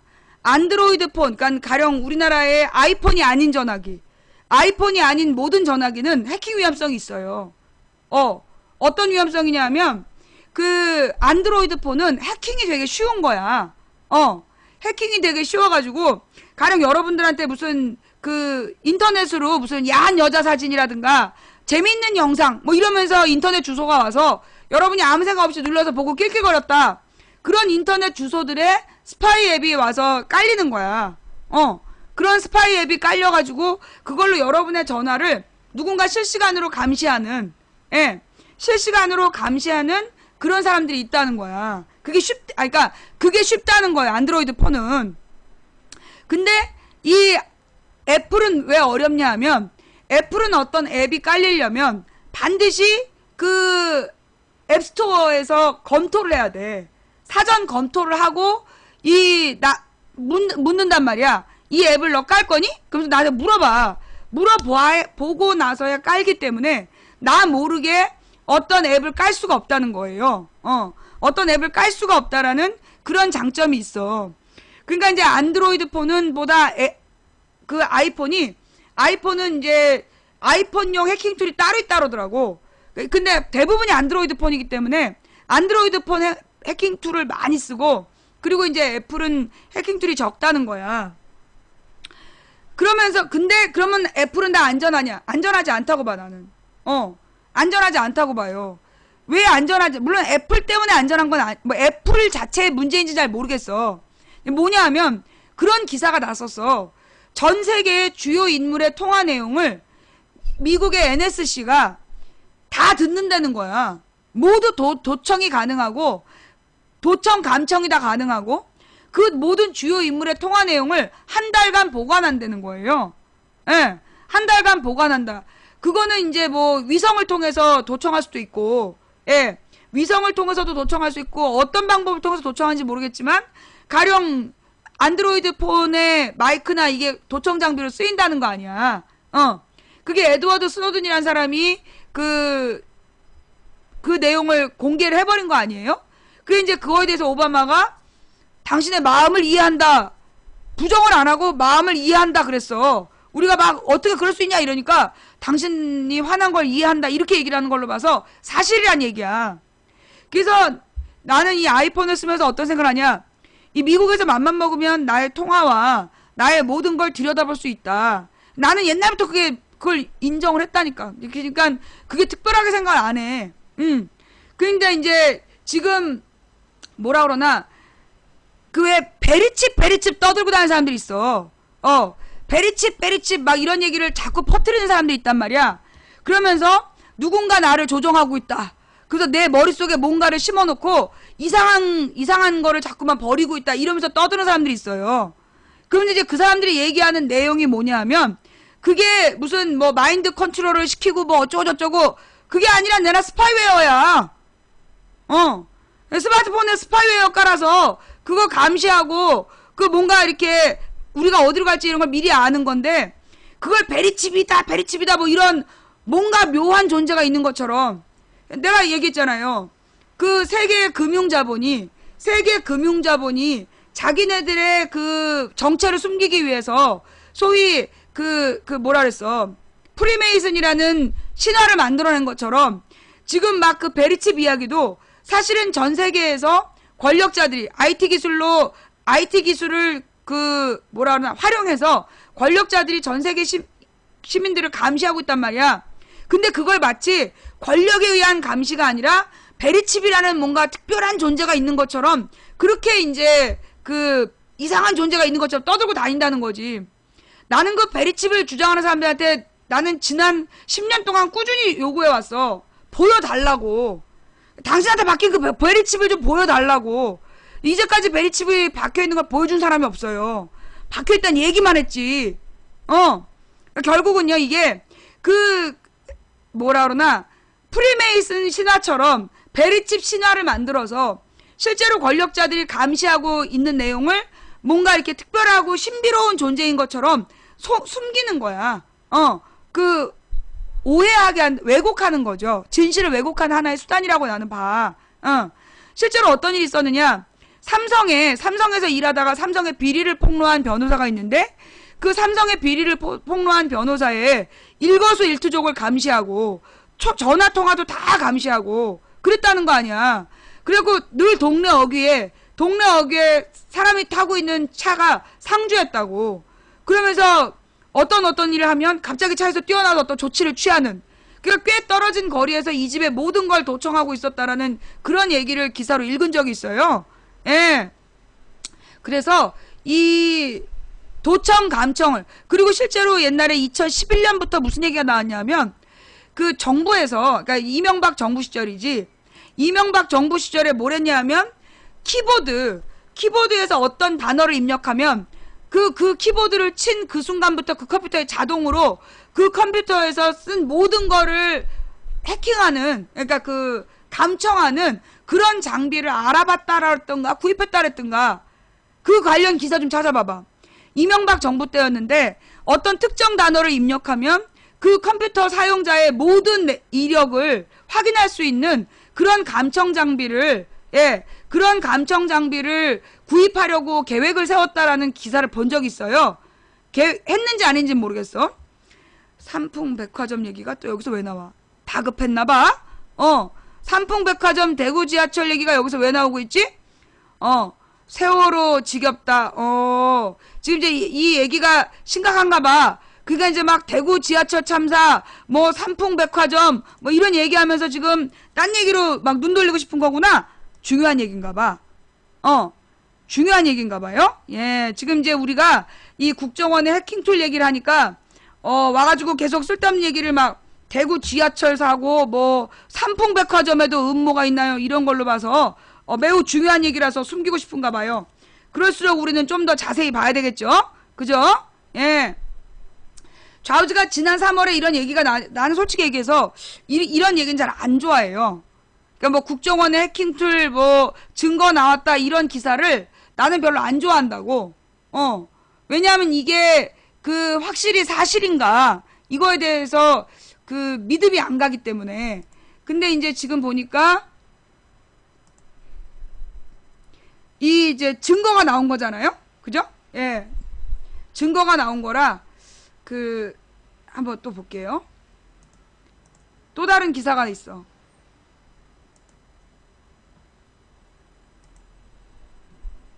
이건 이제 지난 옛날 기사네. 옛날 기사고 조금 아까 이 기사에서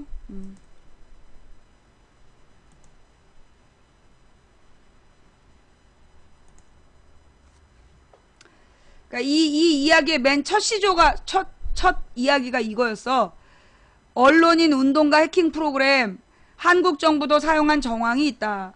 이탈리아에는 해킹팀이라는 회사가 있다. 이 회사는 남의 컴퓨터에 침입해 개인 정보를 빼가는 데 사용되는 소프트웨어인 스파이웨어를 제작해 각국 정부에 판매하는 것으로 알려져 있다. 이 회사 홈페이지에 올라온 광고 동영상에는 이런 내용이 나온다. 우리 프로그램을 이용하면 아무 흔적 없이 상대방의 이메일, 스카이프, 컴퓨터, 메신저, 스마트폰 등을 해킹할 수 있습니다. 캐나다 토론토 대학의 사이버 연구팀 시티즌랩은 지난 2월 이탈리아 해킹팀이 그동안 한국을 포함해 21개국에 이 스파이웨어를 판매한 흔적을 찾았다고 발표했다. 이 내용은 지난 2월 12일과 23일 워싱턴 포스트, 보이스 오브 아메리카 등 해외 언론에는 보도되었지만 한국 언론에는 거의 보도되지 않았다. 워싱턴 포스트는 관련 기사에서 스파이웨어로 인해 과거 미, 중, 러 등 엘리트 스파이 기관들의 전유물이었던 해킹, 사이버 공격이 다른 국가에서도 벌어지고 있고 일부 국가들은 인권 관련 운동가들에게 사이버 공격을 가하기도 한다고 비판했다. 시티즌랩은 지난달 사이버 스파이와 인터넷 검열에 관한 사실을 폭로한 공로를 인정받아 메가더 재단으로부터 미화 100만 달러를 상금으로 받았다. 미국 버클리 대학에서 컴퓨터 박사과정을 밟고 있는 빌 마크잭은 시티즌랩 연구팀의 일원으로 이탈리아 해킹팀의 스파이웨어 활동에 대한 연구를 하고 있다. 빌과 시티즌랩의 연구 결과에 따르면 그동안 한국을 포함 21개국 국가, 아제르바이잔, 콜롬비아, 이집트, 에티오피아, 헝가리, 이탈리아, 카자흐스탄, 대한민국, 말레이시아, 멕시코, 모로코, 나이지리아, 오만, 파나마, 폴란드, 사우디아라비아, 수단, 태국, 터키, 아랍에미리트 연합국, 우즈베키스탄에서 해킹팀의 스파이웨어를 구입한 것으로 추정된다. 아, 씨발. 좀 쪽팔리지 않냐? 이런 나라들 사이에 들어가 있다는 게 참, 쪽팔린다. 빌은 한국을 포함한 21개국에서 이 스파이웨어를 이용해 언론인이나 인권운동가들의 정보를 해킹하고 있다고 추정했다. 그는 해킹팀의 스파이웨어를 이용하는 것으로 확인된 한국 내 IP가 KT의 것이면 확인됐지만 그 이상의 추적은 불가능했다고 밝혔다. 또 해당 IP 주소는 프록시 데이터를 가져올 때 해당 사이트에서 바로 자신의 PC로 가져오는 것이 아니라 임시 저장소를 거쳐서 가져오는 것. 그래서 엔드 포인트임을 확인했다고 덧붙였다. 시티즌랩의 연구팀은 이탈리아 해킹팀이 스파이웨어 프로그램을 정부에만 판매한다고 인정했기 때문에 한국 정부가 언론인이나 인권운동가들의 활동을 감시하는데 이 프로그램을 사용하고 있을 것이라고 추정했다. 이들 주장에 따르면 다른 나라의 경우 특별히 정부의 비판적인 언론인과 인권운동가들을 감시하는 데 사용된다. 지난해 국내 언론에도 이탈리아 해킹팀을 다룬 기사가 게재됐다. 전자신문에 이런 게 있다. 결국 해킹팀의 스파이웨어를 이용하면 정부가 메신저와 웹캠 등을 통해 언론인과 인권운동가 등에 대한 감시활동을 벌이는 게 가능하다는 이야기다. 이와 관련 지난 몇 주간 시티즌랩 연구원인 빌과 해킹팀 스파이웨어 프로그램에 대한 심층 인터뷰를 진행했다. 그래서 이제 그 인터뷰 내용이 쭉 나오는데요. 관심 있는 분들은 더 이제 읽어보면 좋을 것 같고요. 자, 오늘 이제 이런 뉴스가 나오면 많은 사람들이 어떤 마음이 들까요? 두렵다. 막 공포가 느껴진다. 막 이런 생각을 할 거 아니야. 그죠? 이런 얘기를 보고 두려워할 필요는 없어. 이건 당연한 거잖아. 이건 나는 당연한 거라고 봐야 된다고 봐. 다만 부당한 잘못이야. 가령 이제 우리나라에서 있는 집 새끼들 군대 안 가고 없는 서민 자식만 가는 것처럼 그냥 이렇게 받아들인 거야. 그걸 두려워하지 말라고. 그러니까 얘네들 이런 기사가 나오면 막 무서워요. 소름이 쫙쫙 끼쳐요. 막 이러면서 이럴 땐 두려워해야 되는 게 아니라 어떻게 해야 되는 거야? 이럴 때는 분노해야죠. 근데 아직은 지금 이 스파이웨어를 국정원으로 보이는 주소를 가지고 이걸 샀던 5631 부대가 이걸 어디다 썼는지 우리가 확인이 안 되니 이 내용을 어디다 썼는지 밝혀라. 예, 이런 싸움들을 해 나가야 되겠죠. 야당 정보위라든가 야당 정보위 소속 의원들한테 이 뉴스에 대한 진위를 파악해라. 어디다 어떻게 썼는지 국정 보고를 하게 해라. 그렇게 요구를 해 나가야 될 문제이다. 자, 결국 쟤네들이 저렇게 하는 거는 뭐 때문일까요? 국민이 두렵기 때문이죠. 국민이 두렵기 때문에 저런 짓을 하고. 근데 나는 일단 이 모든 것의 출처가 이 이탈리아의 그러니까 해킹팀이라는 회사가 해킹을 당했어. 남의 개인 컴퓨터들을 해킹하는 프로그램을 만드는 이 해킹팀이라는 회사를 누군가 해킹을 했어. 그래서 이게 만천하에 드러난 거야. 해킹을 한 존재가 누굴까? 이걸 해킹을 한 존재가 누굴까? 그리고 이 해킹을 해서 이 내용을 공개를 하는 걸 막질 않은 거잖아. 가령 이거는 그 회사의 개인정보잖아. 개인정보이기 때문에 뭐 이 회사에서 뭐 고소를 한다든가 어떤 조치를 취할 수 있는데 안 했다는 거야. 어나니머스에 대한 것도 그거 다 만들어진 신화 얘기죠. 그러니까 누가 해킹했느냐가 중요한 게 아니라 내가 볼 때 이건 겁주기용 기사라고 봐. 겁주기용 폭로. 이 내용은 한마디로 너희들 다 감시받고 있어. 그냥 겁먹어. 너 조심해. 우리 방송에서도 내가 제일 싫어하는 사람이 누구냐면 망부님 조심하세요 이런 사람들이야. 내가 그런 사람을 제일 싫어해. 조심하라는 말을 왜 싫어하느냐 하면 조심은 내가 알아서 하는 거야. 근데 조심하세요 그 말을 하는 의도가 뭐냐 하면 이건 나를 위축시키려는 용도거든. 그래서 나는 누구도 망부님 조심하세요. 조심하셔야겠어요. 그런 얘기하면 나는 일단 그 인간은 긋고 봐. 저 인간 가까이 두지 말아야 되겠구나. 이거 왜냐? 나는 지금 최전선에서 정치 권력과 맞서서 싸우고 있는 거야. 그런데 조심하세요. 그 얘기는 뭐야? 싸우지 말란 얘기잖아. 아니 전쟁 중에 어떻게 조심을 하냐고. 전쟁에 나가서 전쟁을 하고 있는데 조심해라? 그건 뭐야. 전쟁을 열심히 하지 말란 얘기잖아. 그래서 내가 제일 싫어하는 얘기가 망부님 조심하세요란 얘기예요. 그러니까 여러분들도 앞으로 나한테 절대 그런 식의 표현하지 마라. 예. 그런 말은요, 그 정말로 사람을 위축시키는 거야. 이런 얘기가 나오면, 야, 국정원에서 우리를 다 해킹한대. 그러니까, 우리 조심해야 돼. 그게 잘못이야. 자, 이럴 땐 우리가 해야 되는 방법이 뭐냐? 단체로 그걸 해버리는 거야. 5천만이 다 같이, 존나리 걔네들이 싫어하는 단어를 막 써버리는 거야. 온 국민이 막 댓글을 달아버려. 온 국민이 다 정부를 비판해. 5천만 명 해독하다 죽겠지. 그러면 저희란 애들 과로사 할 거 아니야. 우리한테 방법은 그거밖에 없어. 조심하고 내가 안 하는 방법이 하나 있어? 그럼 누군가 열심히 싸운 사람들이 죽겠지. 그럼 열심히 싸우는 사람을 보호하는 단 하나의 방법은 뭐야? 모두가 똑같이 그걸 해버리는 거야. 다 같이 박근혜를 비판하고 다 같이 정부를 비판하고 두려움 없이 5천만이 단체를 해버리는 거야. 그거보다 더 좋은 방법이 어딨어? 그 5천만 명의 컴퓨터를 일일이 다 그거 해킹해가지고 그거 분석해가지고 보고서 올리고 존나 힘들겠지. 우리가 싸울 수 있는 방법은 그런 거죠. 예. 절대 이런 얘기를 보고 두려워하지 마세요. 예. 다만 내가 매번 그랬잖아. 우리의 투쟁은 저 새끼들은 그 법을 지들 멋대로 활용하고 있기 때문에 지들은 법을 지키지 않으면서 우리한테 법을 지키라고 그러잖아. 그러니까 저놈들의 불법이라는 덫에 걸리지 않기 위해서 최대한 합법적인 방법으로 싸워야 돼. 개인적으로 여러분이 1대1로 싸울 때는 합법의 틀을 벗어나면 안 돼. 여러분이 혼자서 싸워야 된다라면 혼자서 개인 공간에서 싸울 때는 반드시 합법적인 방법으로 써야 돼요. 그러니까 뭐 누구한테 댓글을 달면서 욕설을 한다든가 모욕을 주지 말고 논리적 댓글을 달으란 말이야. 그런 건 누구도 처벌하지 못해요. 어떤 개새끼가 뻘소리 했어. 노무현 대통령에 대해서 막 개소리한 거야.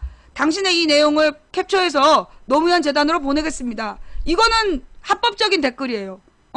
노무현 대통령이 차명 계좌를 갖고 있었다 이렇게 개소리하면 당신과 똑같은 주장을 한 조현호는 실형을 살았습니다. 이런 거 이렇게 얘기해주면 이거 합법이에요. 합법적인 방법으로 충분히 싸울 수 있어.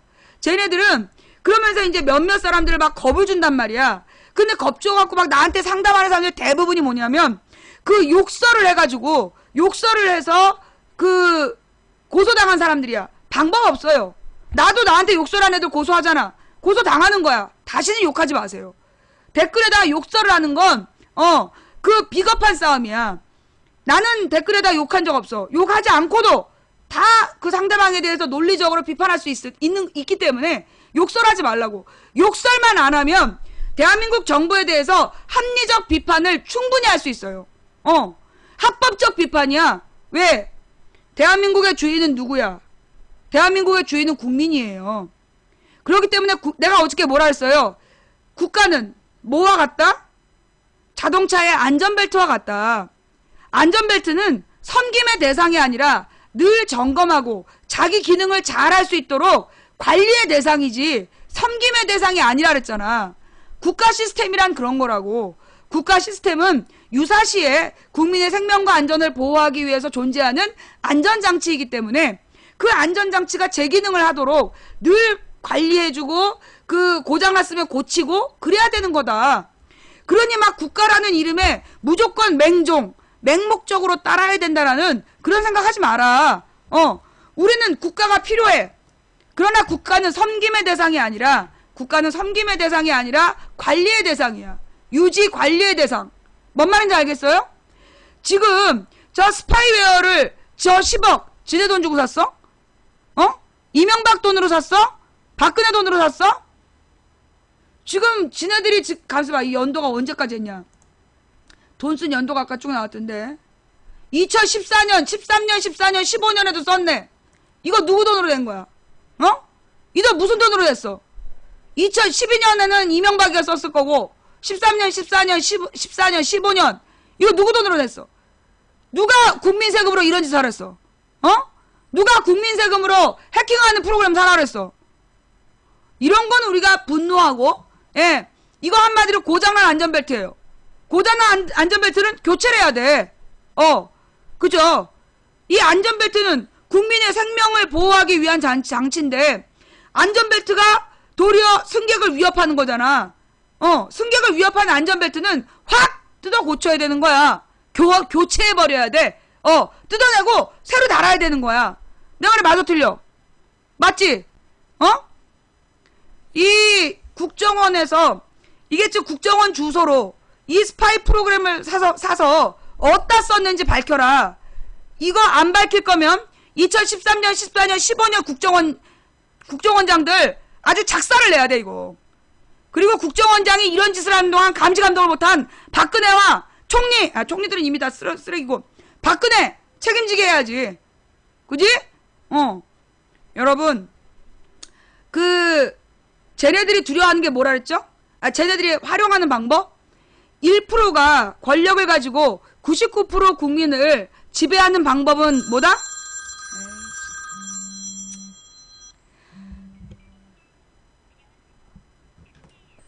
몇 년 사용한 사람한테